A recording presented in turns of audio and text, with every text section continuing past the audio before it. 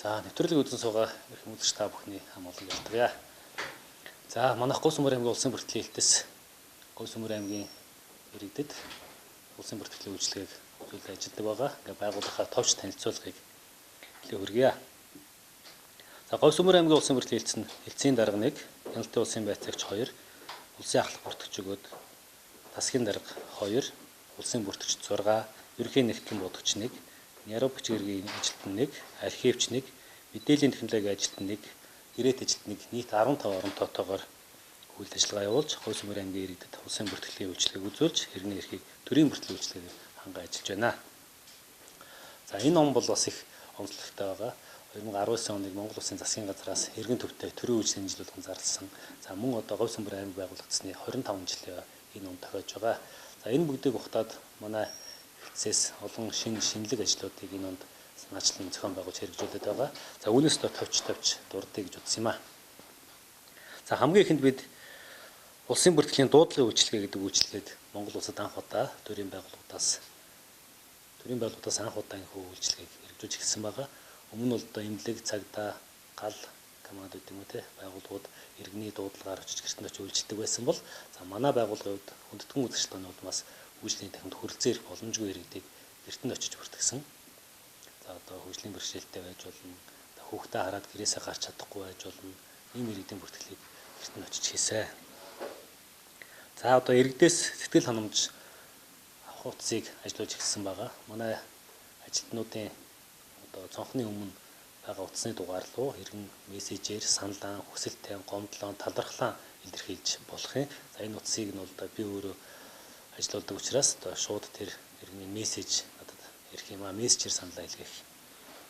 За улсын бүртгэгч зөвлөж байна гэсэн мэдээллийн буланг Говьсүмбэр аймгийн вебсайт, Говьсүмбэр аймгийн улсын бүртгэлийн хэлтсийн вебсайтуудад тусдаа хуудас нээж хөдөлж эхэлсэн байгаа.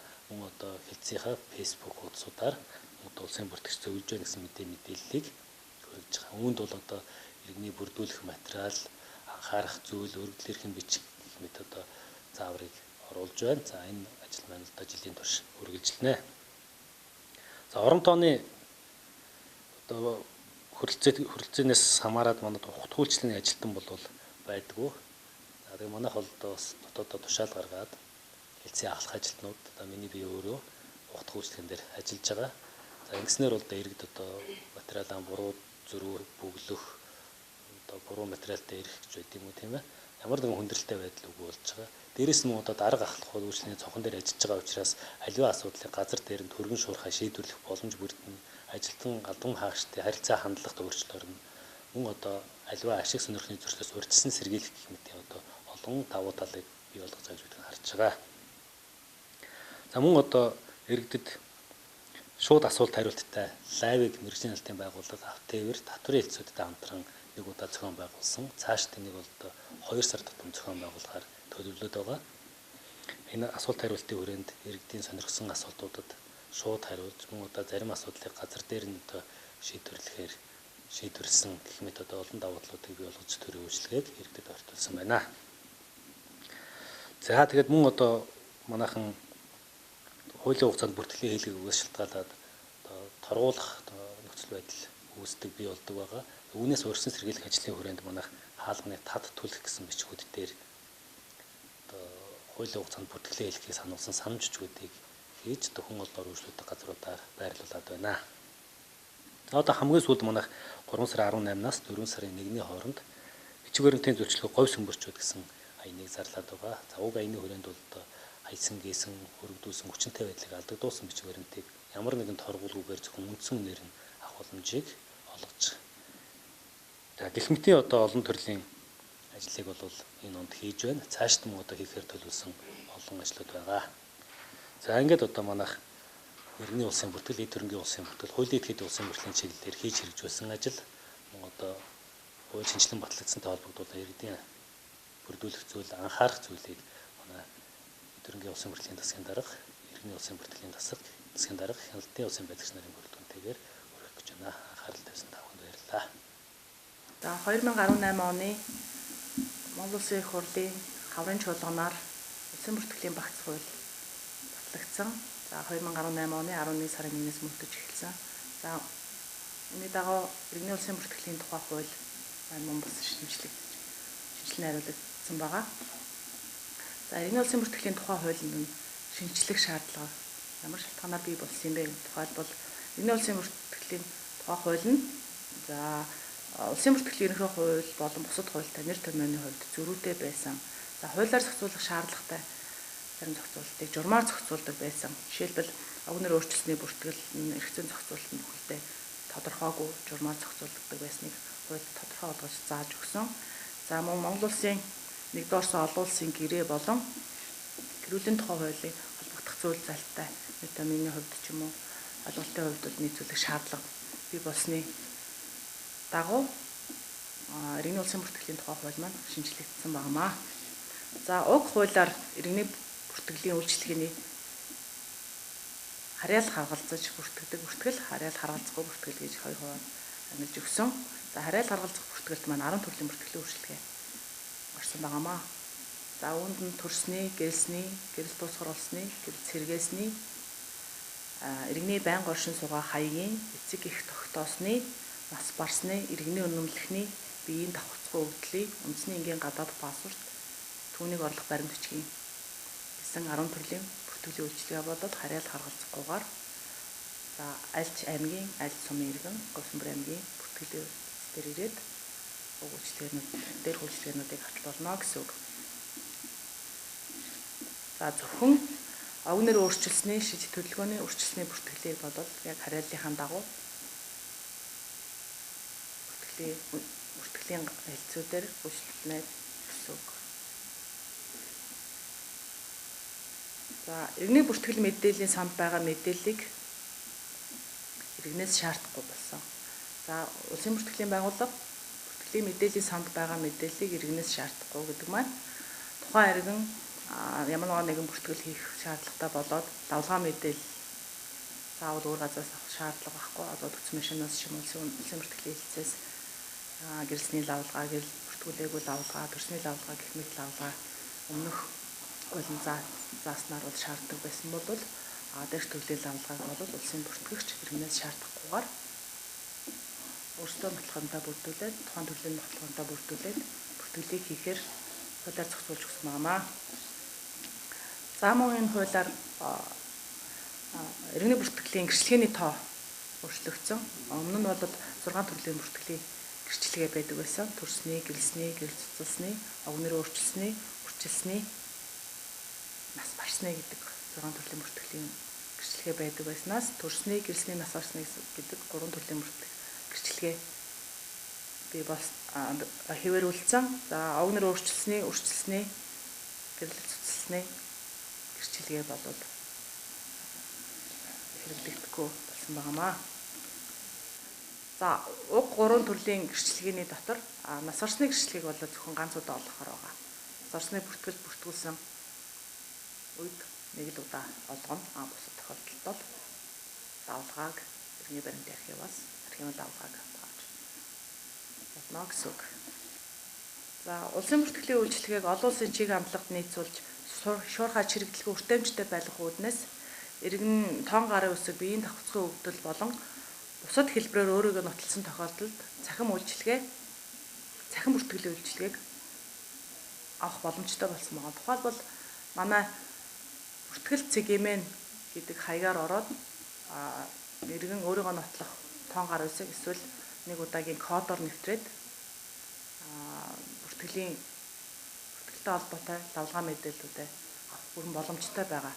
За үндэсний энгийн гадаад паспортын хувьд бол шинэ хуулиар 16-аас дээш насны иргэнд бол 10 жилээр олгогдохоор болсон. За 16-аас доош насны иргэнд 5 жилээр олгогдохоор болсон. За орон нутагт бол гадаад паспортын захиалгын үйлчилгээгээр ажлын 15 хоногт үйлдвэрлэхээр болсон. За нийслэлд бодвол ажлын 5 хоногт үйлчилгээг үзүүлж байгаа. Говьсөнбөр аймгийн иргэд та бүхэн Говьсөнбөр аймгийн улсын бүртгэлтэй холбоотой мэдээллийг 7054 3306 гэдэг утсаар холбогдсон бүх төрлийн бүртгэлийн үйлчилгээний мэдээлэл зөвлөгөөг авч болохоор байгаа. За сайн байцгаана уу. Миний би Говьсөнбөр аймгийн улсын бүртгэлийн хэлтсийн эдвэнгийн эрхийн бүртгэлийн засгийн дарга улсын ахлах бүртгэгч Ууган Бат гэсэн байна. За мөн хуулийн итгэлийн улсын бүртгэгчийг бас хавсарч үздэг. За манай бүртгэлийн багц бол 2018 онд бол шинжлэгдэн одоо улсын их хурлын хаврын шалгамаар батлагдаад за 2018 оны 11 сарын 1-ээс эхлээд хэрэгжиж эхэлсэн байгаа. За хуулийн этгээдийн улсын бүртгэлд орсон өөрчлөлтүүдээс та бүхэндээ бас товчхон танилцуулъя гэж бодлоо. За хуулийн этгээдийн улсын бүртгэлийн тухай хууль нь 2015 онд шинжлэгдсэн. Бүртгэлийн бусад хуулиудаа бодох юм бол бас залуухан юм хууль байгаа. За хуулийн этгээд маань бол бүртгүүлэхэд бол юун дөрөнд бол улсын бүртгэлээс нэрээ авдаг. За нэрийн баталгаажуулалтаа бол иргэн хуулийн этгээд бол хуулийн шинэ хуулиар бол за өөрийн биеэр болон захимаар авах боломжийг бүрдсэн байна. Энэ дээр бол өмнө нь бол нэрийн баталгаажуулалтын хугацаа маань бол ажлын 10 хоног байсан бол за шинэ хуулиар бол 30 хоног болж өөрчлөгдсөн байгаа. За үүн дээрээ нэмэгдээд 30 хоногтой багтахгүй бол 60 хоногоор сонгох. За ингээд нийтдээ бол 90 хоногийн хугацаанд бол улсын бүртгэл хуулийн этгээдийг одоо шинээр үүсгэн байгуулахад бол материалаа бүрдүүлж өгөх. За энэ бол бололцоог нь бол хуулинд бол хангаж ингэж оруулж өгсөн байна. За хуулийн этгээдийн улсын бүртгэлийн тухай хуулинд одоо бол хугацааны хувьд бол нэлээдэг өөрчлөлтийг бол оруулсан байна. За жишээлх юм бол хуулийн этгээдийг шинээр үүсгэн байгуулахад бол ажлын 2 хоногт бол бүртгэх ийм зохицуултыг оруулж өгсөн. Дээрээс нь гадаадын хөрөнгө оруулалт хуулийн этгээдийг бол ажлын 10 хоног бүртгэдэг байсан бол ажлын 5 хоног болон басгасан ийм өөрчлөлт орсон байна. За хуулийн этгээдийн нэрийг бол ажлын 10 хоног байсан бол за 30 хоног за дээрээс нь батхуу бол 60 хоногоор сунгаад нийт 90 хоног бүртгүүлэх ийм боломжтой болсон байна. За хатан богдсон бол нэрээ өөрчилсөн хуулийн этгээдийг бол өмнө хугацаагүй байсан бол одоо шинэ хуулиар бол 30 хоногийн дотор авах бол ийм боломжтой болсон байна. За дээрээс нь хуулийн этгээдийн өөрчлөлтийг бол өмнө хугацаагүй байсан бол одоо бол ажлын 2 хоногт бүртгэх ийм эрчим зохицуултыг бол оруулж өгсөн байгаа хуулинд.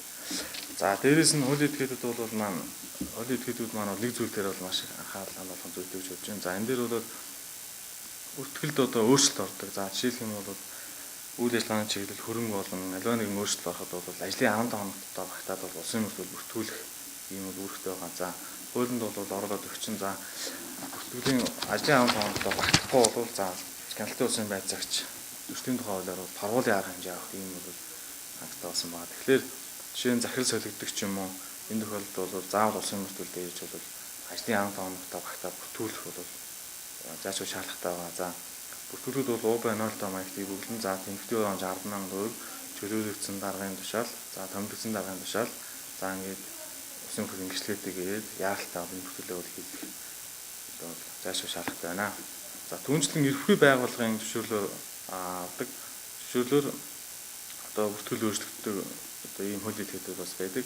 За үүнд бол юу гэдгийг аудит даатгал банк санхүүгийн байгууллага гэдэг юм аа. Эдгээр маань бол бүртгэлүүд өөрчлөлт орсноос зөвшөөрөл авснаа эрхүй байгууллага зөвшөөрлөө авснаас хойш бол ажлын 15 хоногтой гардаж авснаас хойш бол улсын бүртгэл болцоог нь бол хангаж өгсөн байгаа хуулинд бол. За юу гэдгийг одоо нэг аудит одоо даатгал банк санхүүгийн байгууллагад маань өөрчлөлт орж байгаа бол эрхүй байгууллага зөвшөөрөл гараад түүнийг гардаж авснаас хойш ажлын 15 хоногтой багтаад бүртгүүлэх ийм боломж олж байгаа юм бол хуулж өгсөн байгаа хуулинд. За дараагийн нэгэн өөрчлөлт бол хуулийн этгээдийн мэдээлэл маань бол нээлттэй болсон байна. За үүнд бол хуулийн этгээдийн нэр, хаяг, за хэлбэр хэрэгслийн дугаар, үүсгэн байгуулах зогнооч гэдэг юм уу үйл ажиллагааны чиглэл ингээд бүх мэдээлэл маань бол нээлттэй болсон байна. За мөн татан богдсон хуулийн этгээдийн жагсаалт бол бас нээлттэй болсон. За энэ хүү ил тод болсноор бол одоо юу гэдгийг Улаанбаатар хотод бол улсын бүртгэлийн ерөнхий газар одоо 100 айлыг зорддог. За аймагт бол аймгийн улсын бүртгэлийн эцэг зорддог одоо олон мянган иргэн бол ачаал багасна. Зардал мөнгө за одоо юу гэдэг хөрөнгө мөнгөөс эхлээд энэ бол багасна гэж л үзэж байгаа. За энэ бол дээр нь бол улсын бүртгэлийн мэдээллийг одоо ашигладаг бол татвар гайл гэдэг нийтдээ бол төрийн 30 гаруй байгууллага байдаг. За манай бүртгэл зэг энэхийн бол бүртгэл зэг хэмээн гэдэг сайд байгаа. Бүртгэл зэг хэмээн рүү ороод нээлтийн мэдээлэл гэсэн хэсэг рүү орж байгаа бол мэдээллийг шалгах бол бүрэн боломжтой байгаа. За энэ дээр бүртгэл зэг хэмээн дээр бол бас иргэний хувьд бол бас мэдээллийг бүрэн орж үзэх боломжтой байгаа. Өөрийнхөө за иргэний үнэлгээтэй холбоотой, хаягийн бүртгэлтэй холбоотой, за үйл хөдлөх хөрөнгө хуулийн этгээдтэй холбоотой мэдээллийг бол одоо бүрэн үзэх боломжтой байгаа. За энэ дээр бол 5 гар өстэй болсон байх хэвээр 5 гарын тухай хууль зааснаар тэгэхээр иргэд маань бол одоогийн байдлаар бол утасны дугаараар бүртгүүлээд нэвтрэх хэсгээр ороод бүртгүүлэх хэсгээр ороод утасны дугаараар бүртгүүлээд За нэг удаагийн нууц код аваад бол мэдээллийг бол хараад явах бол ийм боломж болцоо бол байгаа. За дээр нь эртний бүртгэл, эд төрөнгийн бүртгэл, хуулийн эдгэлийн бүртгэлийн чиглэлээр бол 100 гаруй бүртгэл бүртгэгдэг. За энэ дээр бол өнөөдрийн байдлаар манай төв зөвшнөөс бол 10 төрлийн давхар гарч байна. За энэ дээр бол эртний бүртгэлийн 6, хуулийн эдгэлийн 2, эд төрөнгийн 2 гэх нийтдээ бол 10 давхар бол гарч байгаа. За ер нь бол шинжилсэн хуулийн гол үзэл баримтлал бол төрийн байгууллага өөрт байгаа мэдээлэл эдгээр шаардахгүй байх. Одоо тийм иргэд маань бол энэнд бол иргэд маань бол тоон гаргажтай болсон байх бол ийм бол шаардлагатай юм аа. За тамга тэмдгийн талаар бас товчхон мэдээлэл өгье гэж бодож байна. За тамга тэмдэг маань бол 2015 оноос өмнө бол цагдаагийн байгууллага хяналт тавьдаг, дугаар болгодог. За энэ бол эрчим зохицуулалт байсан бол 2015 оноос хойш бол улсын бүртгэлийн байгууллага хяналтын дугаар олгож, за тамга тэмдгийг бол хяналтанд авчвал ажиллаж байгаа. За улсын бүртгэлийн байгууллагаас бол тамганы хяналтын дугаарыг олгож байгаа бөгөөд ийхүү бол хуучин дотоод хэргийн яамнаас зөвшөөрөлтөө за 18 20 хүрэхгүй нэг хуулийн идэхэд байдаг. За эдгээр байгууллагууд дээр очиод бол тамга тэмдгээ захиалах бол нэмэр боломжтой байгаа. За харин хаяж өгдүүлсэн тохиолдолд бол хяналтын улсын байцаагчийн дүгнэлт гарч бол одоо өөрчлөлт бүртгүүлэхээр бол хуулинд бол зохицуулалт оруулж өгсөн. Дээр нь төрийн байгууллага тамгаа одоо гэгдүүлсэн дараа юу гэдгийг дахин шинээр авах тохиолдолд бол заавал засгийн газрын хэрэглэх газраас бол зөвшөөрөл авах ийм бол зохицуулалтыг оруулж өгсөн байна. За улсын бүртгэлээс хасах хуулийн зохицуулалтуудыг бол хуульд шинээр оруулж өгсөн байна. За тодруулах нь бол санхүүгийн тайлбар 8 ба одоо түүнээс дээш үйлрэл дараалан гараагүй. За санхүүгийн гараагүй бол одоо санхүү төсвийн асуудал гэсэн төрийн зохионы байгууллага татвар санхүүж гэдэг юм уу байгууллага саналын үндэслэл бол улсын бүртгэлийн байгууллага өөрийн одоо мэдээллийн Excel одоо сайтаараа бол 6 сарын хугацаанд бол дотор бол зарлаж байгаа. За энэ зарслаас хойш 6 сарын дотор бичгээр бол санал гомдол гараагүй. За дампуур дээр үүсээгүй, санхүүгийн тайлбар гараагүй. Одоо шүүн шийдвэр үр тогтоогдсон үр төлбөргүй бол хуулийн идэвхтэй бол татан буулгахаар бол татан буулж улсын бүртгэлээс хасгаар бол зохицуултыг бол шинээр бол нэмж явуулж гисэн байгаа. За хуулийн идэвхтэй улсын бүртгэлийн тухай хууль шинжил найруулга ийм юм байна. За эд төрөнгийн ерөнхий улсын бүртгэлийн тухай хуулиар бас та бүхэнд товчхон мэдээлэл гэж бодож байна. Хуулийн шинээр болсон. За эд төрөнгийн өмчлөгийг түүнтэй холбоотой эд төрөнгийн бусад ерөнхий улсын бүртгэлийн тухай хууль маань бол 2003 онд батлагдсан үйл байдаг. За ингэж явсаар байгаа 2018 оны 18 онд шинжлэгдсэн. За шинжлэхдэх бол дараах шаардлагууд бол бас бий болсон байна. За үүнд бол улсын бүртгэлийн байгууллагын чанар хүртээмжийг сайжруулах, за хуулиар зохицуулах шаардлагатай улсын бүртгэлийн үйл ажиллагааг журмаар зохицуулсныг хуульчлах. За дээр нь улсын бүртгэлийн захин мэдээллийн сангийн ээлтэй байдлыг бол нэмэгдүүлэх. За төрийн өмчийн нэмэгдүүлэх хөрөнгөний бол тариалан хаалцах бүртгэх. Өмчийн тариалан хаалцах эрхийг улсын бүртгэл хамгаалах. За өмчтөгчийн өмчлөх эрхийн баталгааг бол хангах төслийг сайжруулах. За мөн захин бүртгэлийн эрсдэл зохицуултыг бий болгох гэсэн ийм шаардлагуудын үндсэн дээр бол хууль маань шинжилсэн байгаа. За улсын хэмжээнд бол эд төрөнгийн эрхийн улсын бүртгэл бол захим сан гэж бий болсон байгаа. За цаашлаад үндэсний дата төлөвлөлөн улсын бүртгэлийн мэдээллийг сан тогтмол байршуулж мэдээллийн солилцооны хор системээр дамжуулан төрийн байгууллагууд бол улсын бүртгэлийн мэдээллийг ашиглах нөхцөлөд бүрдсэн.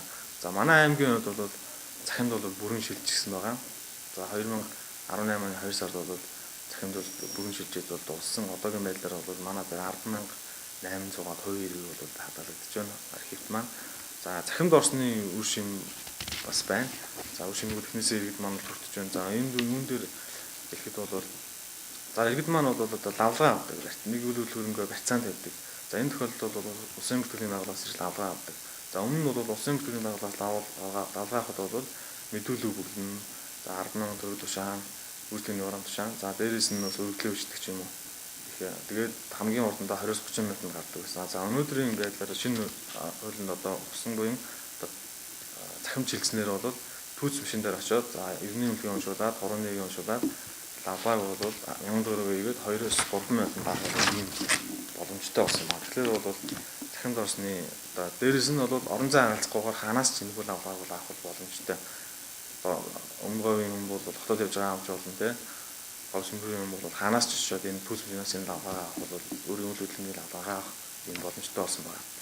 За улсын бүртгэлийн үйлчлэгийг олон улсын чих хангахад нийцүүл шуурга чиглэлгүй бүтэмжтэй болох ажлын өрөөнд бол захин хэлбэрээр мэдүүлэг гаргах боломж үлдсэн. За энэхинд бол би түрүүн хэлсэн иргэд маань бол тоон гараа хэсгийн тухай хууль заасан тухай бол тоон гараа хэсгийн өсөлттэй бол болсон байх шаардлагатай. За дээрэс нь за нотродын байгууллагыг дуушлах үйлчлэгийг бол бас нөхөргөө хууль руу шинээр зааж оруулж өгсөн байна. За энэ ямар вэ гэвэл нотродын байгууллага маань бол одоо жишээлбэл иргэн худалдаа болоо авах гэрээ гэдэг үйл хөдлөлгөө нотродоор очлоо. За нотрод бол манай мэдээллийн сангийн нэвтрээд за энэ үйл хөдлөлийн процент байна байхгүй нь гэдгийг бол эндээс харчин. За гэрээгээ хийчин. За тэндээсээ шууд мэдүүлгээ бүглүүлээд үйлчлэгний байгууллага тушаагаад гэрээгээ авсаргаад манайх ингээ илгээгээд манайх бичлэгийг шууд эндээс нь гаргаад өгөх юм зохицуултыг оруулж өгсөн байна. За дээрэс нь одоогийн байдлаар хэрэгжиж байгаа нэг бүтгэл бол газрын харилцаа барилга байгуулалтын газартай бол хамтраад манайх газрын дундын сангийн програм одоо дундын сантай болсон. За үүгээрээ дамжуулаад бол газраас бол иргэд маань газар эзэмших ашиглах эрхээ бүртгүүлж байна. За өмнө нь бол яадаг байсан бэ гэхээр газрын албан дээр бүртгүүлчихэд дахиад улсын бүртгэл дээр бүртгүүлдэг юм хоёр явдаг. Хоёр газар материал бүртгүүлдэг. Ийм байсан бол одоо бол иргэн газрын харилцаа барилга байгуулалтын газар буюу газрын албан төсөлтөд гаргаад газрын тухайн материалыг хүлээж аваад улсын бүртгэлийн байгууллага руу илгээгээд улсын бүртгэлийн байгууллага үзээд тэрөө шаардлага хангасан байх юм бол тэрхүү бүртгэл маань дугаар олгох. За тэр дугаар маань газрын албан зоргож байгаа гэрчлэгийн дээр эрхийн улсын бүртгэлийн дугаар гэж бичигдээд явах. Ингээд иргэндээ бол маш түргэн жоохоо үйлчлэх ийм боломж олцоо бол бий болсон байна. За хэд дараагийн нэг бүртгэл бол дараагийн нэг хуульд орсон өөрчлөлт юм бол эд хөрөнгийн эрхийн улсын бүртгэлийн тухай мэдээлэл маань нээлттэй болсон байна. За энэ дээр бол газрын байршил, талбай эзэлгүүн, тоо хэмжээ, зориулт, за төрөл, тусгай тэмдэглэл гэсэн зүйлүүд бол бүгд бол нээлттэй болсон байна. За хуулийн шинэ зохицуулалт маань бас хэд хэдэн зүйл байна. За энэ дээр бол эзэнгүй үйл хөдлөх хөрөнгийг бол бүртгэх бийг бол хуулинд бол оруулж өгсөн байна. За энэ маань ямар бүтгэл вэ гэхээр иргэний үеийн 104 зүйл заасан дагуу бол иргэн үйл итгэхэд одоо өөрийн эзэнгүй үйл хөдлөх хөрөнгийг бол эзэмшиж ашиглаж хамгааж байгаа бол тэрийг улсын бүртгүүлэх боломжийг бий болгож өгсөн байна. Энэ дээр бол урьдчилан тэмдэглэл хийлгэн мэдүүлэг гаргаад за өөрийн хамгийн гол нь өөрийнхөө тэр эзэнгүй үйл хөдлөх хөрөнгийг бол өөрөө өмчилж байгаа гэсэн тэр нотлохойнтой гаргасан мэдүүлж өгөх хэрэгтэй байгаа. За тэгээд иргэний үйл заасан дагуу 15 жилийн хугацаанд тухайн үйл хөдлөх хөрөнгө дээр өөр өмчлөгч гарч ирээгүй бол тухайн үйл хөдлөх хөрөнгөд өмчилж авах бол их зүүн боломжтой болсон байгаа. За тэгээд өмчлөлт бичлэгийг авах боломжтой болсон байгаа.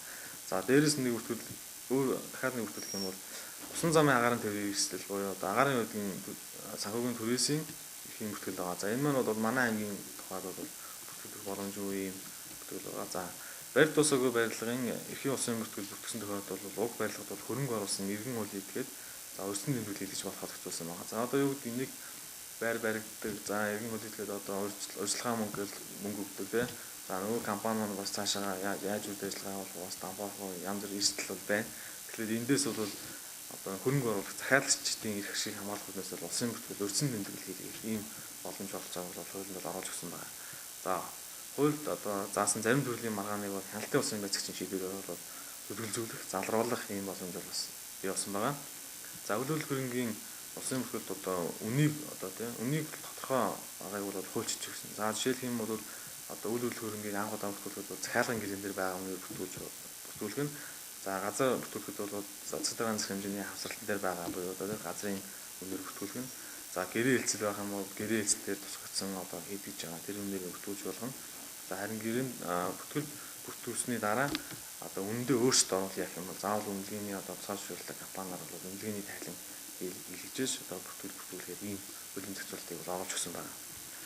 За өдрөнгийн эрхийн улсын бүртгэлийн тухай хууль маань бол бүртгэл хугацааны хувьд бол маш одоо хөрөж болсон байгаа. За энэ дээр бол өмнө нь бол одоо үйл хөдлөх хөрөнгийг анх удаа бүртгүүлэхэд бол 14 хоног байсан бол одоо бол ерөөсөө ажлын 5 хоног бүртгүүлэхээр болсон байгаа. За үйл хөдлөх хөрөнгийн одоо шилжилтийг бүртгэхэд бол одоо шилжилт өөрчлөлтийг бүртгүүлэхэд бол 7 хоног байсан бол 3 хоног болж өөрчлөгдсөн. За мөн нэмэлт өөрчлөлт болон нэмэлт өөрчлөлт манаас маягдах 7 хоног гэж 3 хоног болсон байгаа. За өргөдүүлсэн гэрчлэгээ бол 30 хоног байсан бол ажлын 15 хоног болж багассан байгаа.